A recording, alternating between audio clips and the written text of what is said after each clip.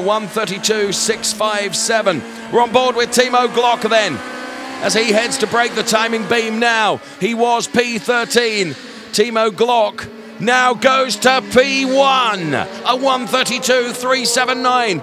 A full 2/10 is taken out of the previous best from René Rast. Here comes Lucas Auer. Eduardo Mortara's on a hot one as well. So what can Lucas Auer do? From P14, Lucas Auer goes to P4. Here comes Eduardo Mortara. So Edo was P8. Eduardo Mortara goes to P4 and relegates Lucas Auer. So it's Glock, Rast, Ericsson, Mortara, Auer at the moment. Here is Timo Glock then, with a 1:32.379. Look at him. The margin